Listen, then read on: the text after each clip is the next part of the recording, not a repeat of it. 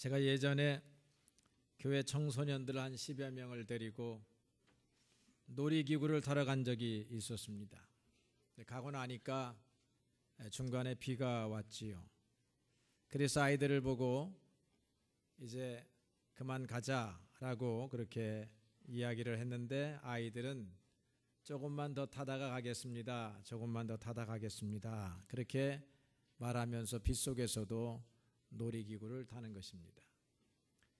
비가 많이 오니까 이 놀이기구를 타던 학생들이 이제 많이 빠져나가니까 순번이 더 빨리 돌아오니까 우리 아이들은 계속해서 타다가 보니까 무려 8시간이나 놀이기구를 탔습니다. 어른 같으면 비가 쏟아지는 가운데서 노천에서 놀이기구를 탄다고 하는 것은 상상할 수 없겠지만 저는 아이들의 열정과 건강함에 참으로 감탄을 금할 수가 없었습니다.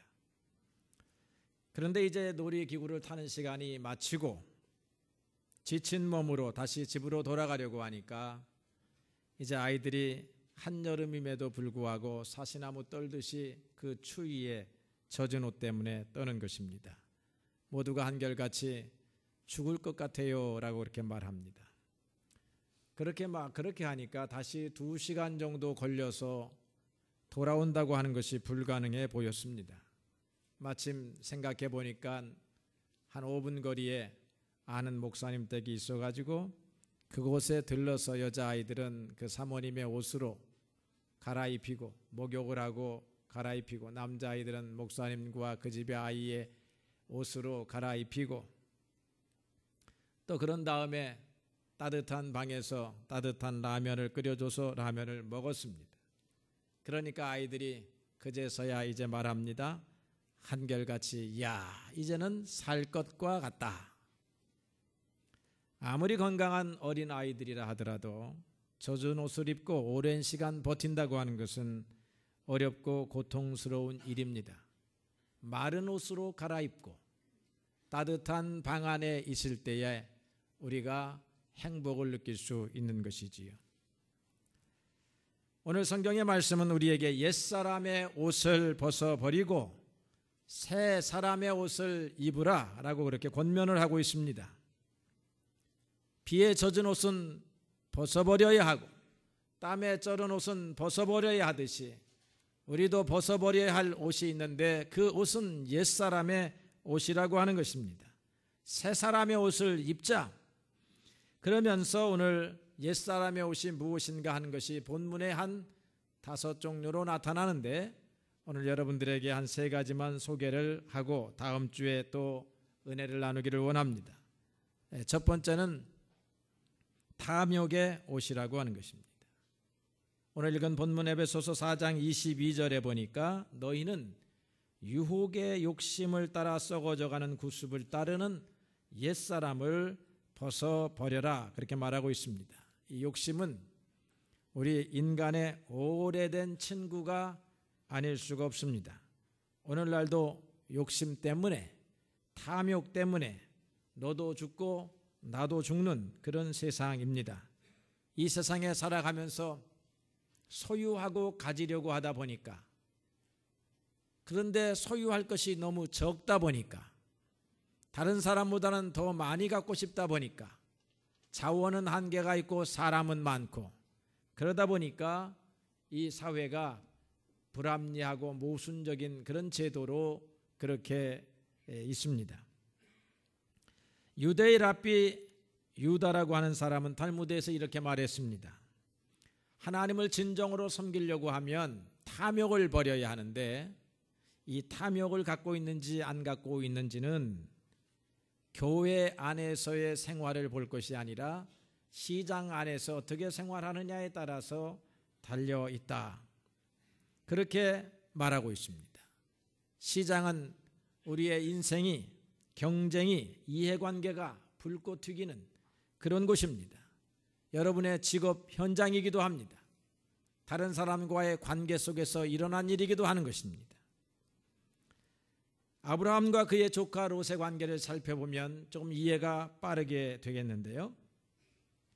아브라함과 조카 롯은 이제 서로의 목동들과 양떼들을 거느리는 그러한 대주주, 대지주, 대목장주가 되었습니다.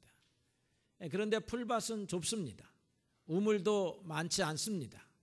많은 사람들이, 많은 양떼들이 먹기에 부족한 물, 부족한 풀입니다. 그러니까 아브라함이 조카 롯에게 이제 우리가 헤어져서 서로 다른 땅을 찾아가자 그렇게 권면합니다. 그러면서 양보와 관용의 정신을 가지고 조카에게 먼저 내가 선택할 곳을 택하라 하니 조카 롯이 이렇게 눈을 들어 사방을 둘러다 보게 되는데, 사람이 이렇게 어느 곳에 내 편한 곳이 있을까 둘러보다 보니까 다른 사람과의 관계는 생각하지 않고 외삼촌인 이 아브라함과 생각하지 않고 그렇게 자기가 원하는 곳을 먼저 택하게 됩니다. 눈을 들어보니 저 동쪽에 있는 요단강 근처에 있는 곳이 물도 많고 풀도 많습니다. 그래서 삼촌 나는 그곳으로 가기를 원합니다 라고 하니까 아브라함은 약속한 대로 내가 그쪽 동쪽을 택하였다 하니 나는 반대편 방향으로 갈 것이다 라고 해서 가는 곳이 산악지대로 올라가게 됩니다. 유대의 땅은 중앙 산악지대가 있는데 그들은 지금 어디에서 이런 이야기를 하고 있느냐 하면 베델이라고 하는 동네에서 이야기하고 있습니다. 베델에서 이렇게 내려다 보니까 저쪽 동쪽 지역은 요단강이 흐르고 그리고 풀밭이 흐르고 있는 곳입니다. 그래서 그곳으로 내려가기를 원했고, 그래서 이제 아브라함은 조카에게 피해를 주지 않기 위해서 반대편으로 가는데 거기는 또 계속되는 산악지대다라고 하는 것입니다. 이것이 시작입니다. 삼촌과 조카 사이에 이해관계가 생겨나기 시작했습니다. 이해관계 속에서는 누가 계산을 잘 하느냐에 따라서 이득을 보게 되어 있습니다. 그런데 계산을 누가 잘하느냐 하면 롯이 잘하고 있습니다. 그리고 눈치도 빠릅니다. 그리고 삼촌이 말하는 것을 잘 낚아채 가지고 삼촌이 꼼짝 못하게 합니다. 삼촌인 아브라함은 한 말이 있습니다. 내가 먼저 택하라 하였으니, 내가 우로 가면 나는 좌로 간다 하였으니, 아브라함은 할 수 없이 이제 반대편 방향으로 가는데 똑같은 풀밭이 있고 우물이 있는 곳이 아니라 반대편 방향은 산악지대요, 험난한 바위가 있고 풀도 적고 우물 찾기도 어려운 곳입니다. 아브라함은 그것을 모르던 무지한 사람, 지혜가 없는 사람이 아니었습니다. 그런데 조카와 이제 이해관계의 시장이 형성되었습니다. 이럴 때 어떻게 할 것인가 라고 생각할 때에 많은 사람들은 아버지도 삼촌도 친구도 뒤로 하고 자기의 유익을 먼저 찾아갑니다. 이게 무슨 마음이냐 하면 탐욕의 마음이라고 하는 것입니다. 여러분들이 이 교회에 앉아 있으면 여러분들의 마음은 예수님의 마음과 같이 아주 넓고 관대해집니다. 부엌에 가서도 열심히 설거지도 하고 또 음식도 나누고 사람들에게 친절하고 그렇습니다. 여기는 이해관계의 시장이 아닙니다. 그러나 여러분들이 밖으로 나아갑니다. 그러면은 이해관계가 발생하게 되어 있습니다. 그럴 때에 조금도 손해를 보려 하지 아니하고 더 많은 이득을 얻으려 하다 보니까 중요한 인간의 관계, 사람이 마땅히 지켜야 할 본분, 이런 것들을 잃어버리게 된다라고 하는 것입니다. 예수님이 한 번은 예루살렘으로 올라갑니다. 예루살렘에 올라가는 길에 마르다라고 하는 여자의 집에 머무시니까 여동생인 마리아가 지극히 비싼 향유를 가지고 와서 무려 가격이 300데나리온, 한 사람의 청년, 장년이 나아가서 1년 동안 벌 수 있을 만큼의 돈 액수가 나가는 그런 향유를 가져다가 아낌없이 예수님의 발에 붓고 그리고 자기의 머리카락으로 예수님의 발을 씻습니다. 예수님이 마침 십자가를 지러 예루살렘으로 올라가는 길이었습니다. 하나님의 성령이 그 여인을 감동해서 예수님의 장례를 준비하고 있는 모습이고, 성경도 그 여인의 행동이 예수님의 장례를 준비하고 있는 모습으로 조명하고 있고, 예수님도 그렇게 제자들을 가르치고 있습니다. 그런데 이것을 유심히 쳐다보고 있던 가룟 유다 제자가 있습니다. 가룟 유다가 그렇게 말을 하지요. 아니, 이 정신 나간 여자가 있느냐?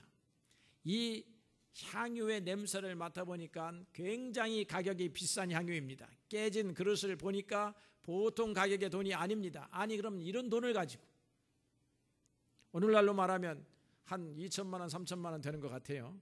한 사람이 연봉이 우리 작게 잡아도 2천만 원 되지 않아요? 그렇게 되는 가격의 향품을 시장에 갖다 팔아서 그대로 헌금을 하면 이 돈꾀를 맡고 있고 회계를 맡고 있던 유다가 볼 때에는 그것을 잘 넣었다가 가난한 사람들에게 나눠줄 수 있겠다라고 생각했다는 것인데, 성경의 기자 요한은 그러한 유다의 마음속을 들여다보고 나서는 유다는 돈꾀를 맡고 있다가 그 돈꾀에서 예수님도 모르고 제자도 모르는 가운데 스스로 돈을 훔쳐다가 자기의 사비로 쓰는데, 돈이 좀 더 들어오게 되면 자기한테 떨어지는 것이 더 있다는 것입니다. 탐욕이 발생했다는 것입니다. 그러니까 탐욕의 마음을 가지고 여자의 행동을 보니까 이해가 되지 아니했다라고 하는 것입니다.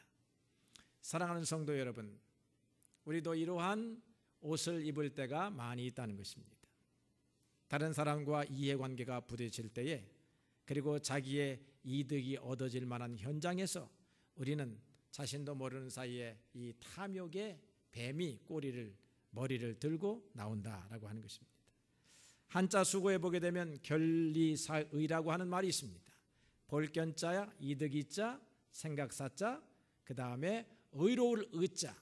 결리, 이득을 볼 때에, 사의, 무엇을 생각하느냐? 의로움이 무엇인가? 하나님의 뜻이 무엇인가 하는 것을 생각하라는 것입니다. 어찌 보면 우리가 갖는 정당한 욕심도 의를 겸하지 아니하면 탐욕이 될 수 있다라고 하는 말이 될 것입니다. 두 번째로 우리가 벗어야 할 옷이 있습니다. 그것은 거짓의 옷입니다. 오늘 바울은 에베소서에서 거짓을 버리고 참된 것을 말하라 이렇게 권면합니다. 하나님은 참되신 하나님이십니다.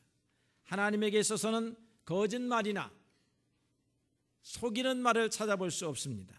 그래서 하나님의 말씀은 능력이 있습니다. 하나님의 입에서 나오는 모든 말씀은 허언, 시건 이런 것이 아니에요. 하나님의 말씀은 말씀 그대로 이루어지는 진실한 능력을 갖는 말씀입니다. 하나님께서 태초에 천지를 창조하시면서 빛이 있으라라고 말하니 그 빛이 있게 된 것입니다. 병자들을 향하여 병이 나으라라고 말하니 그 병이 나은 것입니다. 왜냐하면 주님의 말씀은 진리의 말씀이요 진실한 말씀이기 때문에 그렇다라고 하는 것입니다. 그런데 하나님을 대적하는 자 사탄은 거짓말장이요 거짓말을 능수능란하게 구사한다라고 하는 것입니다. 그래서 오늘 우리가 거짓을 버리지 아니하고 거짓 가운데 살아가는 사람들은 사탄의 영향력 아래에서 살아가는 사람들입니다. 사탄은 인류 최초의 사람 하와에게 찾아와서 거짓말로 하나님과 하나님과 인간의 사이를 이간질했습니다. 하와에게서 와서 말하기를 하나님이 참으로 너희들로 동산 중앙에 있는 모든 나무의 실과를 먹지 말라 하더냐 그렇게 반문합니다. 하와는 동산 중앙에 있는 실과만 먹지 말고 모든 나무를 열매를 먹으라고 했습니다. 라고 했습니다. 그때에 사탄은 하와에게 말합니다. 너희가 동산 중앙에 있는 열매를 따먹어도 결코 죽지 아니하리라. 그것을 먹으면 오히려 눈이 밝아져서 너희가 하나님과 같이 될까 봐 하나님이 걱정하는 것이다. 그렇게 말합니다. 참으로 거짓말 가운데 가장 큰 거짓말이 있다라고 하면 아마 이 거짓말이 될 것입니다. 하나님이 금지한 것을 우리가 철폐하고 금지한 세계로 들어가도 살 수 있다고 하는 말을 여러분들은 절대로 귀담아 들어서는 아니 될 것입니다. 악에게 숭배하고 악의 모양을 갖추고 하나님의 사랑을 받으며 하나님의 약속하신 거룩한 유업을 잇는다라고 하는 것은 이 땅의 거짓말이라고 하는 것입니다. 사탄은 예수님이 말씀합니다. 거짓의 아비요 너희가 거짓말을 하면 이 거짓의 자녀들이라고 하는 것입니다. 거짓은 사탄의 세계에 속한 특징입니다. 아담과 하와 이후로 모든 인류와 인류의 후손들은 거짓말을 입에 달고 살게 되었습니다. 아담에게 난 두 형제가 있습니다. 카인과 아벨입니다. 그런데 가인은 아벨을 질투해서 죽이게 됩니다. 하나님이 가인에게 찾아와서 네 동생이 어디 있느냐라고 묻습니다. 가인은 하나님 앞에 말합니다. 내가 알지 못합니다. 내가 동생을 지키는 자라도 되는 것입니까? 라고 말하는데 그 말은 사실이 아니었습니다. 그 말은 명백한 거짓말이 아니었겠습니까? 야곱도 아버지 이삭 앞에 나아갑니다. 고대에 있어서 장자권을 가지고 아버지에게 축복을 받는 것은 참으로 중요한 것이었습니다. 그래서 형의 모습을 하고 아버지 앞에 나아가서 자기가 형 에서인 그런 연극을 꾸미는데 아무래도 미심쩍은 아버지 이 야곱이 네가 정말로 나의 큰아들 에서냐 이렇게 묻습니다. 그럴 때에 양심의 두려움이 있지만 눈 잘 못 보는 아버지 앞에서 마음의 담대함을 가지고 눈에 보이는 이득을 얻기 위하여 아버지를 속이게 된다라고 하는 것입니다. 야곱의 10아들도 자기의 동생인 요셉을 팔아 넘겼습니다. 그리고는 아버지 야곱에게 가서 하는 말이 아버지 우리가 이 옷을 발견하였는데 이 옷이 아버지가 입혀서 보낸 요셉의 옷이 아닙니까? 이 옷에 피 묻은 것을 보니 들짐승들이 사나운 들짐승들이 잡아간 것이 아닌가 생각이 듭니다 라고 이렇게 보고를 합니다. 그때에 야곱은 가슴이 무너져서 진실로 그 아들들의 말을 믿고 요셉이 죽었다라고 생각한다라고 하는 것입니다.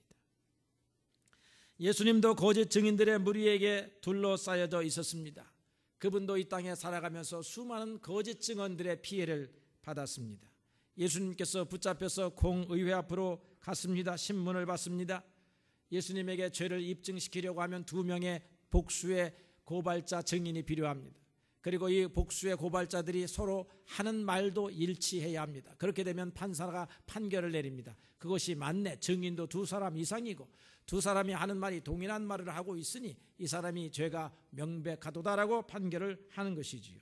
그런데 성경에 보니까 그들이 예수님을 칠 증거를 찾았으나 그리고 거짓 증거하는 자가 참으로 많았으나 그 증거가 서로 합하지 일치하지 않더라라고 그렇게 성경이 보고하고 있습니다. 그들은 거짓말로 예수님을 붙잡으려고 한다 하는 것입니다. 그러니까 제사장이 일어나서 예수님께 직접 묻습니다. 내가 찬송받을 하나님의 아들 그리스도냐라고 묻습니다. 예수님께서 내가 바로 그로다라고 대답을 하니까 예수님이 하신 말씀은 진실이었는데도 불구하고 그들은 이것으로 예수님을 거짓말장이로 하나님을 모독하는 자로 하나님을 참남되이 하는 자로 그렇게 죄를 뒤집어 씌워서 예수님을 십자가에 못 박게 됐다라고 하는 것입니다. 여러분 우리가 진실을 몰라서 하는 말을 거짓말이라고 할 수 없습니다. 베드로가 주님을 나는 결코 부인하지 않겠습니다 라고 하는 이 말은 그가 부인했음에도 불구하고 거짓이라고 말할 수 없는 거예요. 그것은 무지에서 나오는 것이요 자기의 인생의 연약함을 알지 못하는 데서 나온 것입니다. 그런데 오늘 성경에서 사도 바울이 우리에게 가르쳐주는 것은 의도적으로 고의적으로 하는 거짓말을 경계하고 있다라고 하는 것입니다. 우리가 살면서 무수한 거짓말을 하지만 고의적으로 그 고의적인 거짓말이 발생시키는 결과가 치명적이다라고 하는 사실을 알고도 우리가 거짓말을 할 때가 있다라고 하는 것입니다. 그래서 거짓말은 단순하게 거짓말하지 말라가 아니라 10계명 가운데 제 9계명으로 준 거짓말하지 말라는 말을 보게 되면 내 이웃에 대하여 거짓 증거하지 말라라고 하는 것입니다. 이웃을 중상하거나 모략하지 말라라고 하는 것입니다. 뇌물을 받고 그 사람이 죄가 없음에도 불구하고 죄가 있다라고 말하지 말라라고 하는 것입니다. 여러분 그래서 이 거짓말은 우리의 삶 속에서 추방시키셔야 합니다. 거짓이 찾아오면 여러분 입술에 파수꾼을 세워야 하는 것입니다. 그래도 여러분 거짓말을 하고 싶잖아요. 담배를 피우고 싶은 사람이 담배를 끊으면 한 번에 못 끊어. 그러니까 전자담배가 나왔어요. 그래서 담배를 끊는 연습을 합니다. 그러면 여러분들에게 거짓말을 한 번에 끊으라고 할 수 없으니까 여러분들에게 권면을 합니다. 좋은 거짓말을 하십시오. 좋은 거짓말. 좋은 거짓말은 있느냐? 여러분 좋은 거짓말이 있다는 것입니다. 그 좋은 거짓말이 무엇이냐면 겸손의 말이 좋은 거짓말입니다. 프랭크 로이드라고 하는 세계적인 건축가가 있었습니다. 이 사람이 어떤 일로 인해서 법정에 가서 증언을 서게 되어 있습니다. 그리고 이 사람의 건축학적 지식이 그 증언을 뒷받침하는 결정적인 요인이었습니다. 그러니까 검사가 묻습니다. 선생님, 당신은 세계적인 건축가라고 사람들이 말하는데 맞습니까? 그런데 이 프랭크가 말합니다. 아닙니다. 저는 절대로 세계적인 건축가가 아닙니다. 그러니까 검사가 말합니다. 아니, 사람들이 다 당신을 보고 세계적인 건축가라고 말한다는데 왜 말하지 않습니까? 법정에서는 진실만을 말해야 한다는 사실을 모르십니까? 이렇게 조크를 했습니다. 그래도 이 사람이 말하기를 나는 진실로 나는 세계적인 건축가가 아닙니다. 여러분, 이런 겸손한 말이지요. 여러분들이 저를 아무리 잘생겼다고 말을 해도 제가 여러분 맞습니다 라고 말하지 않습니다. 진실이지만 그러나 겸손해서 아닙니다. 저는 못생긴 사람 가운데 한 사람입니다. 이렇게 말하는 거예요. 이게 거짓말입니다. 그러나 어떤 거짓말이냐 하면 사람과 사람 사이를 살리는 거짓말. 이런 거짓말을 하자 이 말이죠. 그러니까 신앙적으로 좋은 거짓말이 참으로 있다라고 하는 것입니다. 두 번째로는 다른 사람의 호의에 감사할 때 우리가 거짓말할 때가 많습니다. 잘 차려준 음식을 대접받았습니다. 잘 먹었습니다. 그런데 그날따라 그 음식을 먹고 배탈이 날 만한 음식이요, 내 취향에 안 맞는 음식을 대접받았지만 우리는 어떻게 말합니까? 고맙습니다. 잘 먹었습니다. 이렇게 훌륭한 음식 참으로 보기 어렵습니다. 이렇게 말하는 것, 다른 사람의 사랑과 호의에 대한 표현인 것입니다.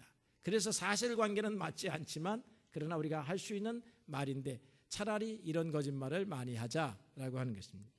세 번째로는 사람을 살릴 때에 거짓말할 수 있습니다. 성경에 그런 예들이 있습니다. 히브리 산파들 십브라와 부하라고 하는 여자인데 애굽왕이 그들을 불러서 너희가 이제 너희 종족이 아이를 낳을 때에 조산을 도와주는 산파들이니 남자아이가 나면 죽여라. 태어나기 전에 어머니의 뱃속에서 나오기 전에 죽이고 여자아이만 데리고 나와라. 이렇게 말하지요. 그런데 이 여인들은 하나님을 두려워하여 애굽왕의 명령을 듣지 아니했습니다. 애굽왕이 당장에 소환했습니다. 아니, 어떻게 된 일이냐? 남자는 태어나면 죽이라고 했는데 어찌하여 너희들이 남자는 죽이지 않고 남자의 울음소리가 들리느냐, 그런 보고가 들려오느냐라고 할 때에 이들이 거짓말을 합니다. 왕이시여, 우리는 왕을 말을 준행하려고 하였는데 우리가 급한 걸음으로 그 아이 출산하는 집에 뛰어갔는데도 불구하고 이미 아이가, 이 여자들이 얼마나 건강한지 아이들이 태어나서 울고 있습니다. 그 사람을, 민족을 살리기 위하여 왕 앞에 거짓말을 했습니다. 그런데 우리가 이런 거짓말을 잘해야 돼요. 이런 거짓말을 하지 못하게 되면 살아야 할 사람도 죽이는 경우가 많이 있습니다. 여러분, 거짓은 버려야 하지만 우리가 거짓말을 하려고 하면 겸손한 말로 거짓하고 다른 사람을 살리기 위하여 거짓하고 그리고 다른 사람들의 호의에 칭찬하기 위해서 약간의 과장된 말을 쓰는 것, 그런 것을 우리가 금할 수는 없는 것입니다. 오늘 우리가 거짓말하라 하지 말라고 하는 말은 그 거짓말로 인하여 내 이웃이 치명적인 해악을 받을 것임을 알고도 그런 거짓말을 여전히 말하고 있는 너희들의 입술에서 이 거짓을 제하라. 그런 거짓은 사탄의 거짓과 동일한 것이라고 가르치고 있는 것입니다. 그러면 오늘 우리가 벗어야 할 옷이 무엇이냐면 이런 거짓을 말하는 옷을 벗고 주님처럼 진실을 말하는 옷을 입어야 된다라고 하는 것입니다. 세 번째로는 분노의 옷입니다. 오늘 성경 말씀에 보니까 우리가 분을 내어도 죄를 짓지 말며 해가 지도록 분을 품지 말며 마귀에게 틈을 주지 말라라고 그렇게 말하고 있습니다. 다윗 임금이 이런 분노에 사로잡힌 적이 있습니다. 사울에게 쫓겨다닐 때에 먹을 것이 없었습니다. 나발이라고 하는 부자에게 아주 겸손하게 음식을 요청했지만 이 나발은 그 다윗의 요청을 단번에 거절해버리고 맙니다. 그러니까 이 다윗이 분노가 일어나기 시작을 했습니다. 그래서 극도의 분노심을 가지고 이 나발의 집안을 멸망시키려고 무장을 하고 내려갑니다. 그리고는 이렇게 말합니다. 내가 그에게 속한 사람들 중에 남자 한 명이라도 남겨놓는다고 하면 하나님께서 나에게 벌의 벌을 내리시기를 원한다. 그의 결심이 매우 단호합니다. 우리말의 식으로 표현을 하면 내가 이놈을 살려두면 내가 정말로 천벌을 받고도 말 것이며 내가 개자식이라고 불려도 내가 할 말이 없다라고 생각하는 그런 정도로 그렇게 분노가 임하여서 그가 이제 나발을 치러 내려가는데 그의 부인이 부랴부랴 이 소식을 듣고 음식을 준비해서 다윗 앞으로 나와 엎드려 절을 하면서 그렇게 말하는 것입니다. 이 성경의 말씀은 아비가일이 얼마나 지혜로운 여인인가 하는 것을 우리에게 보여주려고 기록이 되었지만 우리 다윗이라고 할지라도 현명한 다윗, 훌륭한 다윗, 하나님이 기대하는 다윗이라 할지라도 이렇게 분노의 감정에 사로잡힐 수 있다라고 하는 사실을 또 보여주려고 우리에게 기록되어 있는 말씀입니다. 아비가일은 다윗에게 이렇게 말합니다. 어른께서 장차 왕이 되신 후에 무죄한 피를 흘렸다고 하는 오해를 받을까 봐 두렵습니다. 어른께서 친히 조그만한 일로 복수하셔서 나중에 큰 사람이 되었을 때에 그 일이 마음에 걸릴까 봐 두렵습니다. 다윗의 분노는 큰 일을 하는 사람으로서는 합당하지 않은 분노라고 하는 것이었습니다. 여러분, 분노를 하는 경우를 보면 네 종류로 우리가 나눠볼 수 있다고 합니다. 첫째로는 쉽게 화를 내고 쉽게 풀어지는 사람입니다. 이런 사람들은 보통 사람들입니다. 그냥 쉽게 화를 내고 쉽게 풀어지는데 우리 가정에서도 부부간에 이런 싸움들이 자주 있습니다. 아무것도 아닌 거 가지고 밥상을 좀 늦게 차렸다고 화를 냈습니다. 게다가 맛있는 음식을 먹고 나서는 화가 풀어졌습니다. 이게 우리 일상생활에서 일어나는 분노들입니다. 그런데 쉽게 화를 내고 안 풀어지는 사람이 있습니다. 아무것도 아닌 일에 화를 냈는데 그 화가 언제까지 가느냐? 1년 12달 가는 사람이 있습니다. 이러면 아주 곤란합니다. 이런 사람들을 아주 최악의 사람들이 이런 사람들을 만나면 골치 아픕니다. 조그마한 잘못도 해서는 안 됩니다. 그 조그마한 잘못을 가지고 하루가 가는 것이 아니라 참으로 오랜 시간 가기 때문에 그렇습니다. 세 번째 사람은 쉽게 화를 내지 않습니다. 그런데 한 번 화가 나면 절대로 풀어지지 않는 사람들이 있습니다. 어떤 사람들이 그러냐면은 지식이 높은 사람, 학식이 많은 사람, 윤리적인 사람, 도덕적인 사람들이 그렇습니다. 왜냐하면 나는 화를 낼 만한 데다 냈다. 여러 가지 조사를 해봅니다. 그리고 쉽게 화 안 냅니다. 그리고서는 2번, 3번 반복되는 일에 대하여 화를 한 번 냅니다. 그렇기 때문에 그 화는 풀어지기가 굉장히 어렵습니다. 여러분, 제가 한번 화나면 풀어지기 어려워요. 그러니까 저를 화나게 하지 마시기를 바랍니다. 저는 화를 안 내는 사람인데 화가 났다 하면 잘 안 풀어진다 이 말이죠. 왜냐하면 우리 같은 사람들은 나는 화를 안 낸다. 웬만한 건 다 넘어간다. 그런데 내가 화날 때에는 진짜 화난 거야. 이런 것을 보여주기 위해서 우리가 안 푼다라고 하는 것입니다. 네 번째 사람은 쉽게 화를 내지 않아요. 그렇지만 또 한 번 냈다고 하더라도 쉽게 풀어지는 사람입니다. 이런 사람들은 성자와 같은 사람들입니다. 우리 성도들이 다 이런 사람인 줄로 압니다. 쉽게 화도 내지 아니하고 그리고 인생을 살다 보니까 화가 안 날 수가 없어요. 화가 났으면 오늘 성경의 말씀처럼 하룻밤을 넘기지 않는 화가 되기를 주님의 이름으로 축원합니다.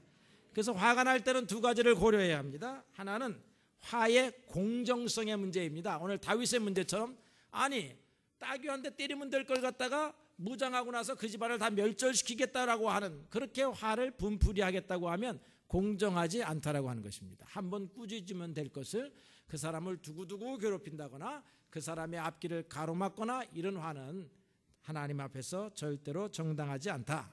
그리고 그런 화를 내면 부메랑이 되어서 자기에게까지 날아오게 된다. 그것이 아비가일이 다윗에게 해주었던 충고요 조언이었다라고 하는 것입니다. 그리고 오늘 성경의 말씀에 나타난 것처럼 마귀에게 틈을 주지 말라고 했는데 이것은 당연한 분노에 대해서도 적용되는 말입니다. 당연해요, 분노는. 그런데 아무리 당연한 분노라도 오래 가서는 안 된다라고 하는 것입니다. 분노는 마귀로 하여금 공격의 빌미를 제공한다는 것입니다. 그래서 분을 내어도 죄를 짓지 말고 해가 지도록 분을 품지 말고 마귀에게 틈을 주지 말라라고 하고 있습니다. 일단 분노의 감정이 올라오면 마귀의 시험, 곧 죄 짓는 데까지 이르게 되면 안 된다는 것입니다. 그러므로 여러분이 분노의 감정이 올라올 때에 이것이 조금만 더 발전하면 죄가 되고 하나님이 싫어하시고 그래서 마귀가 틈타는 것이 될 수 있을지 모른다라는 생각을 여러분들이 가져야 한다라고 하는 것입니다. 가인은 동생이 축복을 혼자 받았습니다. 그래서 스스로 생각하기를 하나님이 공평해 보이지 않았습니다. 그래서 하나님에 대하여 분노가 치밀어 올랐는데 하나님을 대항해서 싸워서 이길 수는 없습니다. 그러니까 축복을 받은 자기의 동생 아벨에 대해서 분노의 감정을 쏟아놓는다라고 하는 것입니다. 여러분, 우리 병이 들었을 때 그런 감정, 실패했을 때 감정이 있어요. 하나님에 대해 분노가 일어납니다. 하나님, 내가 이렇게 실패하고 이렇게 병들 만한 그런 일을 했단 말입니까? 그런데 하나님은 보이지 않고 듣지도 아니하는 것 같으니까 주변 사람, 보이는 사람한테 화를 냅니다. 이런 사람들이 우리 주변에 얼마나 많아요. 그런데 오늘 우리 믿음의 크리스찬들은 병이 들었습니다. 실패했습니다. 곤란한 환경 가운데 이렇게 빠지게 되었습니다. 그래도 그 마음의 평안을 유지할 수 있습니다. 하나님에 대하여서도 분노하지 아니하고, 그리고 혹시 그 사람이 나에게 이런 일들의 빌미가 되었을지도 모르겠다는 사람들에 대해서도 우리가 분노하지 않습니다. 여러분, 지속적인 분노는 하나님의 사람이 보여주는 행위가 아닌 것입니다.